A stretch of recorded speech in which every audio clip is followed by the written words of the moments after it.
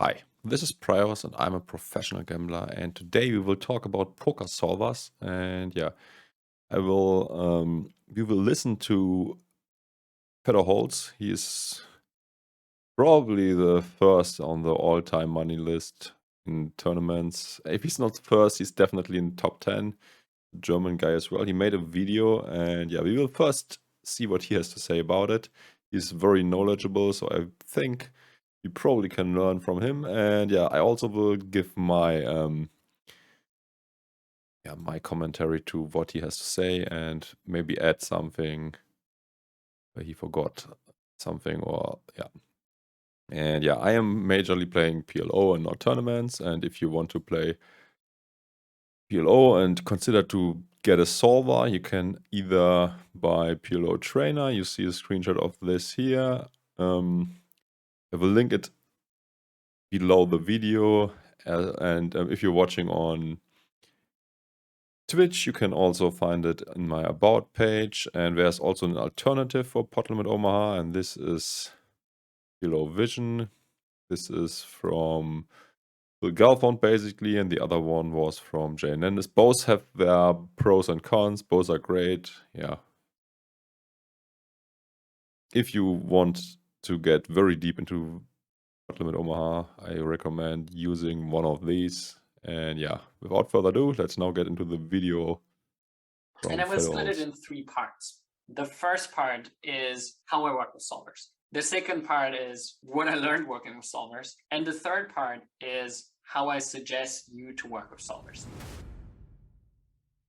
Today, it's going to be about my solver learnings, and I will approach this one in a bit different way because I've worked with a variety of different people over the last 1.5 years, and I have seen that it's not necessarily about showing people a certain solution, but it's also a lot about the way you learn. And that's the number one thing I've actually seen in the Pokercode community is that He should get a decent microphone because his seems not to be the best. Okay, let's continue. I just realized like everyone thinks so differently. It's just such a fundamental fallacy to believe that, oh, they must be thinking someone like me. And it's totally wrong. It's everyone is at a different point. And I've realized that much, much more when I work with solvers because we do these group calls and we go through solutions. We have so different point of views. Before we look at the solution, we try to formulate our thoughts. And then there's 5 really good players in a call and one person says something and then someone says something very different. This was true back in the day before solvers get into the game, but nowadays people play pretty similar in my eyes. But yeah, these again is true for later streets when the solvers have no solutions yet, or yeah, or it's hard to solve for all the stuff, and people still have to think by their own, by themselves, and don't have these pre-solved things that they can go back to and just play like the solver suggests. But yeah, and I also think actually my experience is sometimes opinions differ, but it's not that often.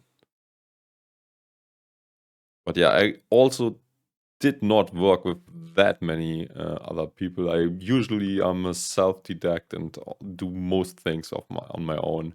This is also because I just don't have skilled guys, or I lost touch to most skilled guys, which are also playing poker.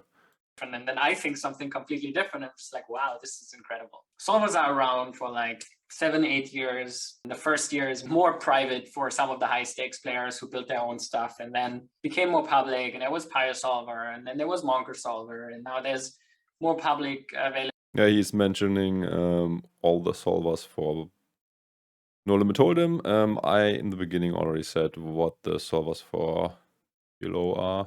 Databases like Odin. And so first, I want to tell a little story around my solver journey, and I feel there's a lot of interesting insight in that. At least for me, there was. I got first in touch with solvers in 2015, probably. I think the first touch point Well, that's quite early. was probably Dominic Nietzsche. I mean, I also got in touch with solvers way later because I think no limit hold'em solvers were first, and it took like 1-2 more years for PLO solvers to quite catch up, because the sims and stuff are more difficult for pot limit Omaha, as there are way more combinations, and it's way harder to solve the game. This was clearly a thing that was very obviously the thing that high stakes players will work with at some point. And back then, it was interesting because you could tell that most of the more serious high stakes and super high roller players worked with them or looked into working with them. Some of them didn't care, but most of them were looking into it. And back then, it was mostly Pio Solver and some personally built stuff. I was very skeptical towards a lot of the results. And not. I also think that the cuts are, these zoom in and zoom outs are, Pokercode is overdoing it, but this has nothing to do with the content. Skeptical in terms of the solver giving wrong output, but more in the transferability of what output the solver gives versus the game we're playing. And I think one of the fundamental things is the gut feeling I had was what people refer to as GTO is they have a really hard time to abstract what GTO actually is, which is the absolutely solved game of poker, right? Yeah, actually there is no GTO yet. You have something that might come close to GTO if we put in the correct assumptions and if we build the model correctly. So 2 big ifs already, and we also would need a very powerful computer to compute it. But yeah, it's still not GTO. It's maybe close to it and better than every human can do, but it's not GTO yet. So GTO means game theoretically optimal or optimum. That means that it is an unexploitable, perfect playstyle for the poker environment. I wonder why he's doing that for optimal and unexploitable, because it's exactly that. absolutely recommend you, if you're interested in poker, to look at the development of chess. It's exactly what poker is going through, just they are much further down the road. So what you could see there is, it was always a revolution. There's a big difference between chess and poker, because chess has basically no luck elements. If I'm substantially better than my opponent, he will not win a single game. But if we play poker heads up with the guy who's worse than me, or a little bit worse, he can still win a lot of sessions. But if we play enough hands, at some point I will end up being ahead. But it could take quite a long time, even against worse and bad players. 20 years ago, people were like, oh my god, there's... A better analogy would be if you would compare it with backgammon, because this also has a lot of luck elements, but the game basically is solved completely, and there's like I didn't get into this that much, but they have like a software, and you basically everyone trains with it, and that's how you learn the game and how you have to play in order to win there. But basically the game is dead now, and this is also going on with poker. It's very hard to have an edge against the other guys because everyone works with solvers, and the edge just becomes smaller and smaller, and there's way less money in poker than it used to be a few years ago. And this is all because of solvers. It's not only, I mean, people could have worked and did analysis and all those things before, but the solver is just more accurate, and it's way more easy to do so. And this is just very bad for the people who worked a lot on their game before and who had the tools and the knowledge and did it the correct way. Because if you are stupid and do your analysis but put in a lot of wrong assumptions, you would also end up with wrong results. But nowadays we have so many ready to go things where someone build it up and you just sign up, like Poker Trainer or PLO Vision. Someone built it already for you, who knows about game theory, who built the tree in a way that makes sense, and everyone can learn from it. And it's just, you just have to put in the theory grind and the hours and learn from it. And yeah, this is a complete different game than it used to be then back in the day where everyone had to figure things out on their own. Chess computers, but they suck, you know. And what they did was they were just calculating one game tree after another, and it was just terrible because imagine like you have 30 options and they start by first option, they calculate like 3-4 moves ahead and they give you an up, and then calculate the second option, they calculate 3-4. So they weighted every option the same way and they didn't calculate very deep. Imagine in chess you calculate every option after another, and humans were just significantly faster at ruling out options. So even though we could also not, you know, calculate too much deeper, we were much faster at saying, okay, like these 25 options probably aren't something. And so we looked at these 5, and then good players could come up with good moves. So that was just initially why chess computers were just not very competitive. The computing power just got better. That was just the big thing. It was literally the same approach. It just... And that's a big thing also for poker. Let's say 10 years ago, the solver technology would not have worked, or you would have needed a supercomputer in order to use it, because yeah, the hardware would just not be good enough to do all the computations. Faster computers. That was the only thing that happened. What happened then there is, okay, now the thing can calculate, like it goes through the same tedious process, but just calculates like 1,000,000 times or you know, hundreds of thousands of times faster. And that went to a certain degree where it was, you know, roughly as good as humans. And then there was this development around AI. And fundamentally with AI, the only thing that it does, it weighs these trees basically. So there is a learning process within the output of, let's say, going down a certain path. So if you go down a path 10 times and the output of that path is minus 10 chips, then that path gets a little less interesting. That is the fundamental breakthrough of not just going down every path over and over again, but learning with outputs. And that is so important to understand when you think about poker solvers, because we are in that previous stage. We are like where chess was about, you know, 6 or 7 years ago. And I believe the exact same thing will happen. You could run certain things, they gave you decent outputs, like they did. What does he mean with the same thing will happen? Usually you're not allowed to use real-time solvers or solvers while playing, and it's impossible for a human to learn all these trees by heart. So we will not get to this point, but yeah, the solutions will get better and better, and also the humans will improve. But I think the steps that people make will be more incremental over time, because now the game already is at a high level, especially if you play the best players in the world. And even if the solvers get better over time, they will not improve that much anymore, at least in my eyes. Because yeah, the solutions seem to be quite good already. And yeah, you as a human can't get every spot perfect. You just have to you have to recognize patterns, what the machine does, and learn this way, because you cannot memorize every frequency and what you have to do in every single spot.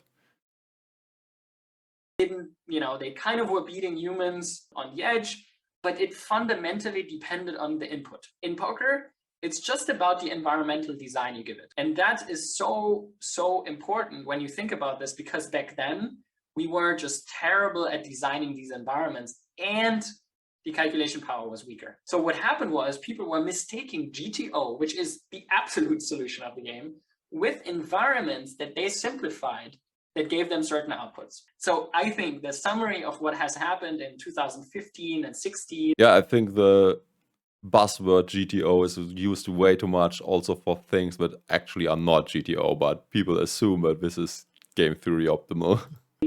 Is people simplified the game to a degree where it was helpful if you understood how you could use it, but it was detrimental if you used it for everything. So remember this, be cautious when you try to simplify a game, when you take away the most important options. So thinking that, what you learned there is like, oh, I can just use this there, it's not going to help you. What I would really highly recommend, and that's now how I learned.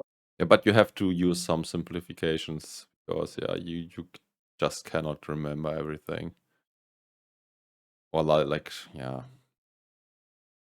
But I also wouldn't recommend to do what the solver wants you to do in every single spot, because this would be suboptimal if playing against humans who divide a lot from the good strategy, because their completely different ranges might apply and be the best solution to the guy you are facing. With solvers is always thinking. I always try to understand. I always try to think. I wanted to immerse myself in trying to solve the hands when I play them. Everything I do at the poker table and every way I interact with poker is not about repeating something, it's about thinking. Then I took a bit of a break in 17, 18, 19, didn't work much with solvers. And then there was 2020 with COVID.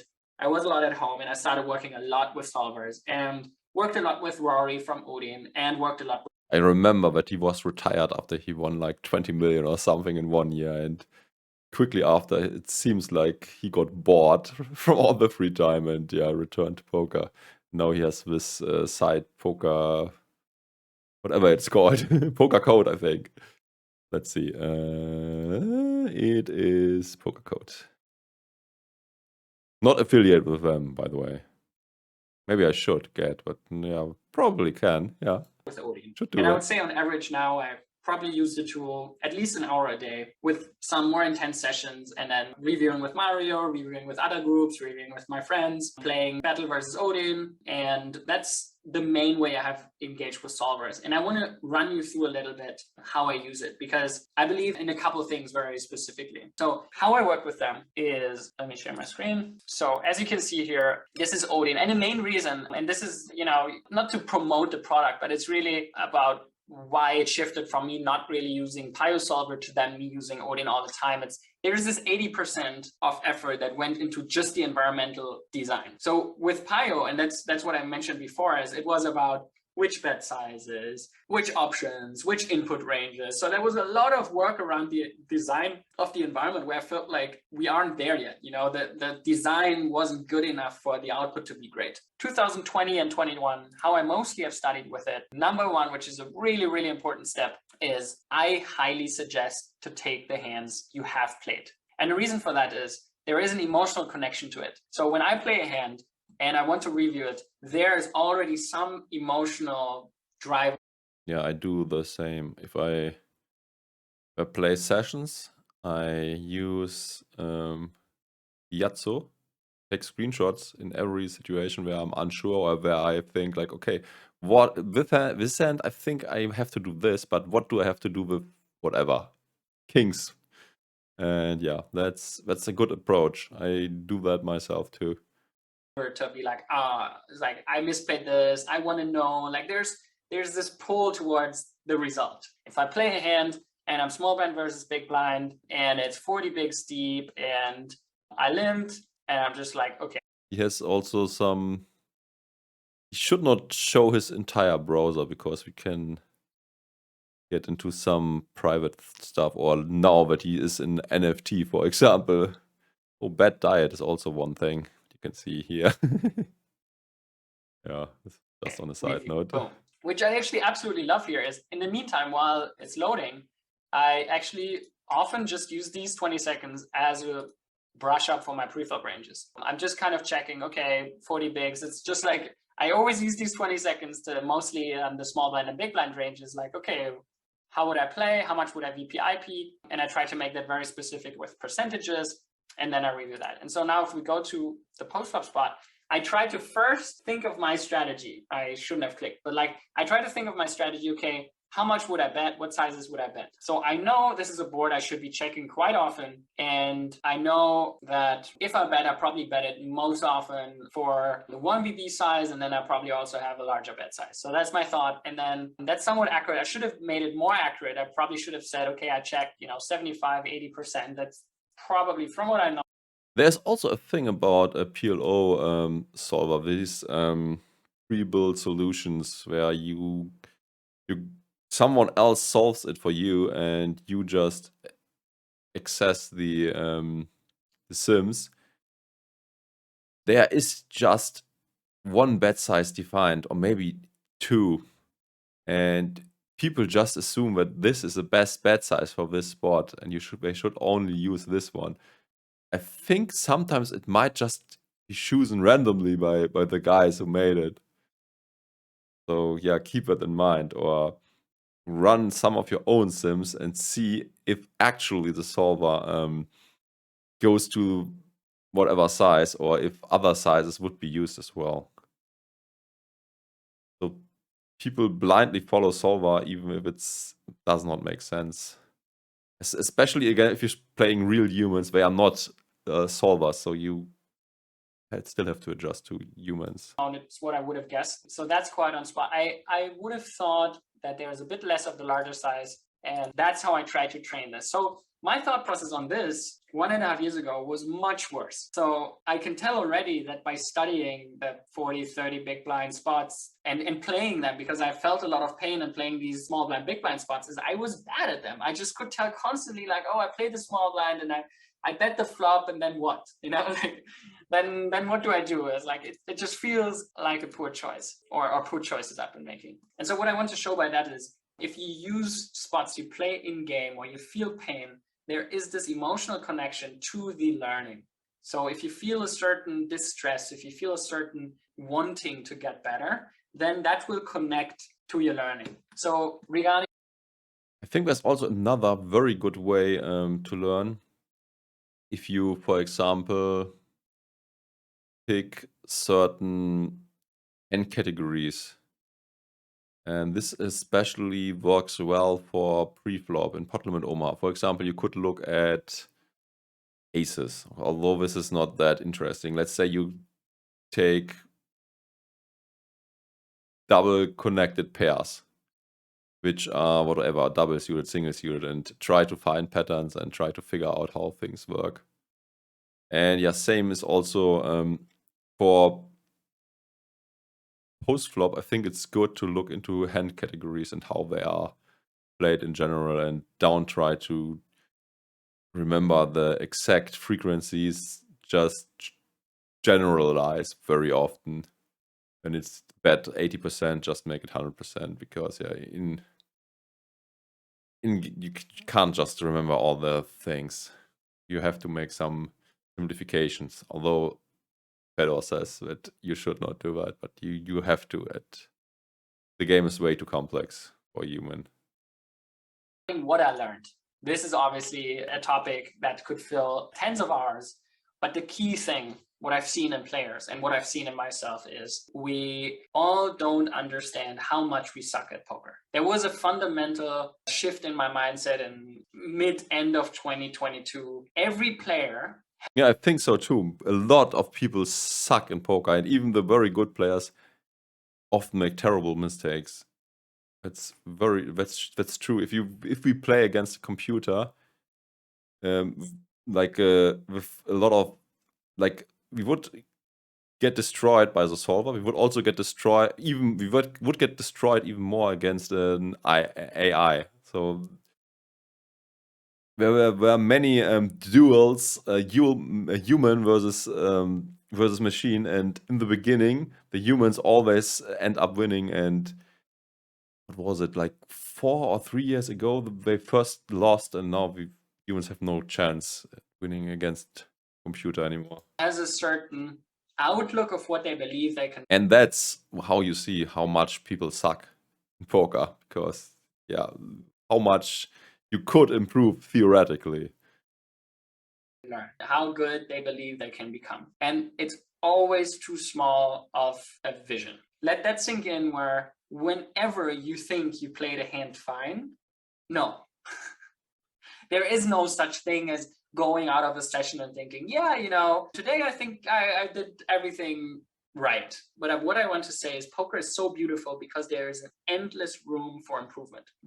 Yeah, you should not try. The goal should not be to play perfect, but as good as you can in every session. And the spots where you're unsure about, you should analyze afterwards and then improve. And That's the grind, and that's how it works. And in the beginning, you would have an insane amount of hands to review, and this will get less and less, and you will get more confident over time, and also way better.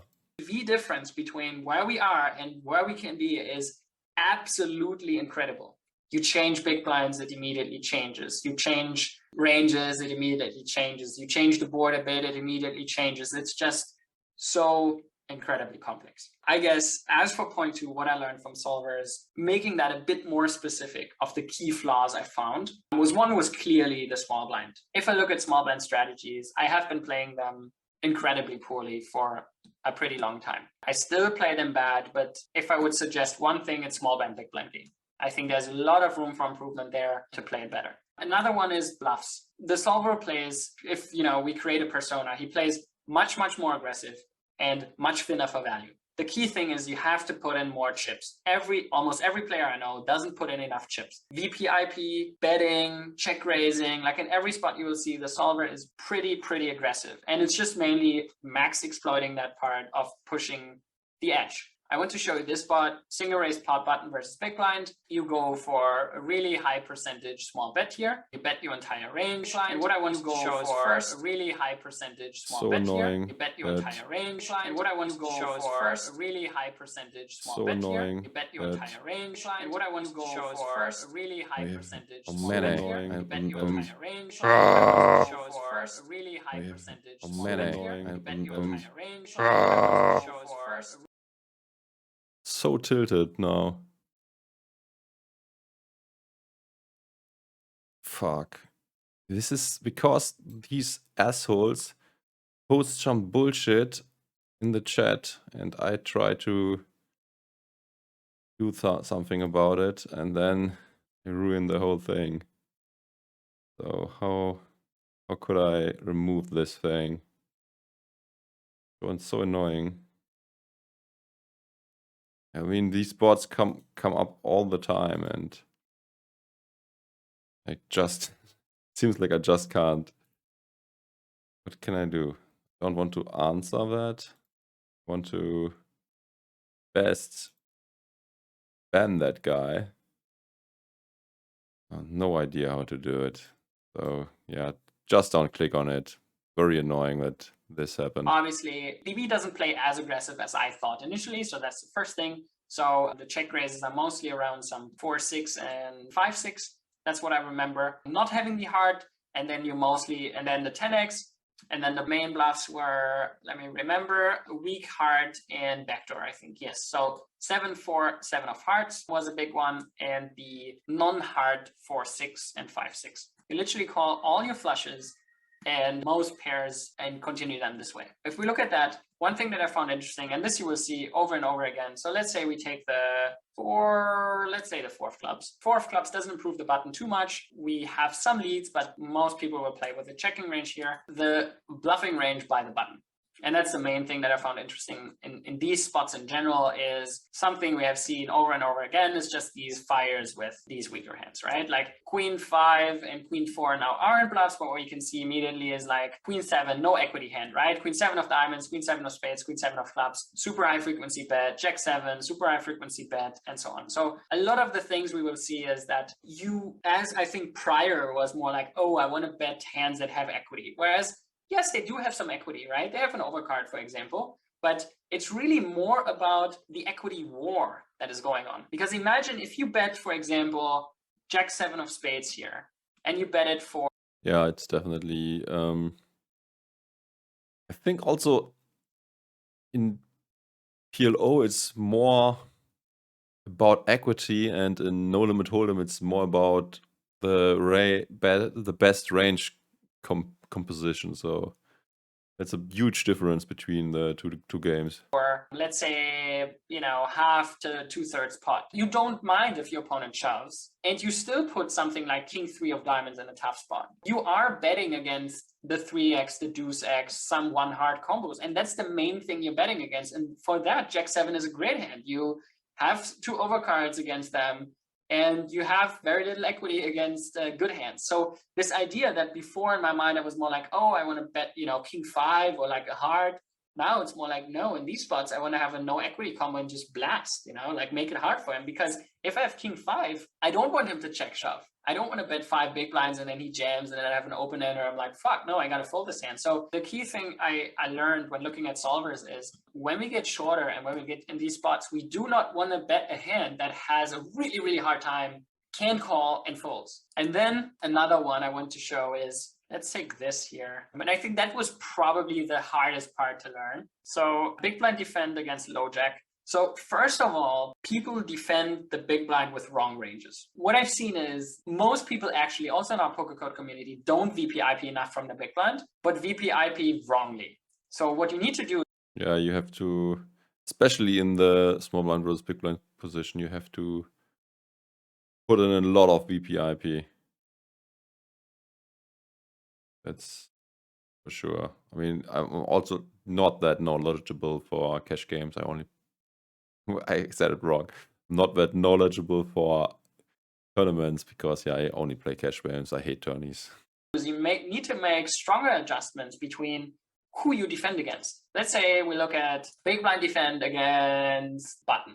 Okay, so button opens 30 bigs deep and 2.25. And now here, out of the big blind, we defend a lot. We just fold the trash, right? So 10 for off, jack for off, we fold, the rest literally call. If we look at low jack, we start folding all these offsuit combos. And I think that's the biggest discrepancy I see is people play either the one or the other. So you need to make more drastic adjustments against the tightness of the range, because a hand like queen 4 off just absolutely sucks if low jack plays well and opens tight. It just doesn't perform. You just will have a lot of these over setups basically where his range is just generally stronger, has more pocket pairs in there, has more queen X in there. It just doesn't perform well. Let me show you this spot. So big blind against low jack, 30 bigs deep. Obviously we purely check. The part that I found really valuable to look at is, okay, we look at low jack, we see basically no check. The only check is built around kings and aces basically, and let's say kings, queens, and some king queen. So the only hands that have some incentive to check are these hands, and then we fill it up with some of the other hands. But in general, really high range advantage and want to blast here. So I think one takeaway is already starting to bet big on the flop. But the main thing I saw here is first, let's take the 1/3 bet size. Firstly, I found it interesting how much we're raising here, right? Like how many people do you see who check raise like ace 8 on this flop? So that's the first thing. Under raised, again, big under raised spot. But secondly, we need to fold like a lot of these hands already. Only with a heart we continue, and without a heart, 9/8 is a fold. And I see people continuing 9/8 here against a 1/3 bet. Oh, he's going very in depth in this spot. I hope you are interested in that. I mean, it's not that interesting for me. I'm desperately trying to get this comment removed, but it's just not possible. I just don't know how to do it. All the fucking time. I do it myself too. I just do not fold a 9. And it's like, I think one of the big things now, if he bets 4 big blinds, it's absolutely fucking terrible to continue 9. So if we look at the equity, right, like it's thinking in these terms where 38% equity here is already not enough. It's just something most people aren't set up, aren't wired for in their brain, right? Like 10-8, even crazier. Fold your 10-8. It's just like, who does that, right? So I think that's a big aha moment. Yeah, true. 10-8 probably would continue. For a lot of players around what to defend, what to continue was huge for me. Still don't implement it well, but that is something against big bets you just can't fold. If you don't have a range disadvantage like this, you shouldn't. So it's this interesting part where if you have a big disadvantage, you just can't fight uphill. So that was yeah, but you also don't only play like the solver. Sometimes you want to play the opponent you are facing, and yeah, still even some racks have bad ranges or don't play close enough to the solver so that you can make some quite exploitable things, like still calling the 10-8 in his example, or folding or over folding if you would play someone who plays perfectly. third big learning for me looking at solver is like adapting my defending range more to equity and finding these folds in spots where it's just bad to continue. And that's already quite a lot. Now, this is generic talk, but poker is not about, grinding it out or like doing it this way or doing it that way. I think in the end, it is about having fun. I think it's much more important to learn something substantially that is also good for you. It's not about. I think it's not about having fun, but it helps a lot if you have fun while doing so, because yeah, if you have fun doing something, you will be way more motivated to improve. You would put in more hours. You might even have fun doing the theory stuff. And yeah, if you don't enjoy what you are doing, it's very hard to get good at it if you don't have a very good work ethic. So yeah, I will recommend, if you choose something as your profession, you should also like it. Otherwise, it's very hard to get good at it. Remembering. And yeah, many people are just in it for the money, and most of them who just went this path because they thought it's easy money, in the end they don't succeed. So yeah, that's an important lesson, I think. One chart that has no value for it. I think it's about the way your brain, your synapses are being trained, and you get better at problem solving, you get good at connecting things, you get good at seeing patterns, you challenge yourself emotionally. There are a lot of beautiful things in poker that are really valuable for the real world. I would highly, highly recommend to build your poker setup in a way that builds you as a person, as a character. I think it's the most exciting. I think it is really beneficial for the long term as well. And building healthy habits, building a great brain, building great thought processes. I can tell it now, being in business as well, as it helps me solve problems. I'm fast at connecting things. I see patterns. I'm good at evaluating things. So there's a lot of things that I learned within poker that helped me develop. I think also emotionally, dealing with risks and with struggles or downswings, let's call it like that. A lot of things train me. So what I would highly suggest is find a way that you feel comfortable with. Take my input as inspiration, but in the end, you need to come. Yeah, you can actually, I think for many things you cannot learn that much from poker, but there are some things you could take over, especially if you trade or buy stocks, invest into cryptocurrency, or like Fedor does in NFT. Yeah, a lot of the principles like bankroll management could also be used. So can learn a bit from it, and you should not tilt if you trade. So yeah, but for a lot of things, poker is not that helpful. Although the things you learn how to calculate the EV, you could also use this in a lot of situations in life. Come up with a process that you enjoy, that is fun for you, that helps you something. So if I would do something again, and I can say that, I would try to play very immersively. So if you play, think while playing. Don't just robo grind something unless there's a very specific situation why that might be necessary, because it's money like for a living or something like that. This part is a different story, but in general, I would suggest play immersively. Don't play too many tables. Really think about the game. Mark the hands that you're curious about, you want to learn. Build a net of sparks. Peers, pupils, and coaches. Pokercode, I think, is great for peers. I think he probably has to say this, because I don't think you don't need that many peers. You can figure out most things on your own, but it helps. It keeps you motivated, and everything in life is more fun if you have other people to share it with, and yeah, you go down the same path, and yeah, it's just more fun if you do it with other people and don't have to do it on your own. And coaches, and also pupils. So I think that can cover it all. Find your group of people you vibe with, post hands, ask them for input, join coachings like this or other ones where you learn something. There's that. Yeah, no need to post hands, because you got this great tool, dude. This thing solves everything 10 times better than every human can. So this actually is useless advice. That is for me really important as a spark. I study with other people. I have people, not very many coaches, but people where I learn from. And then Pokercode coaching is really helpful for me to learn things and improve what I would consider pupils.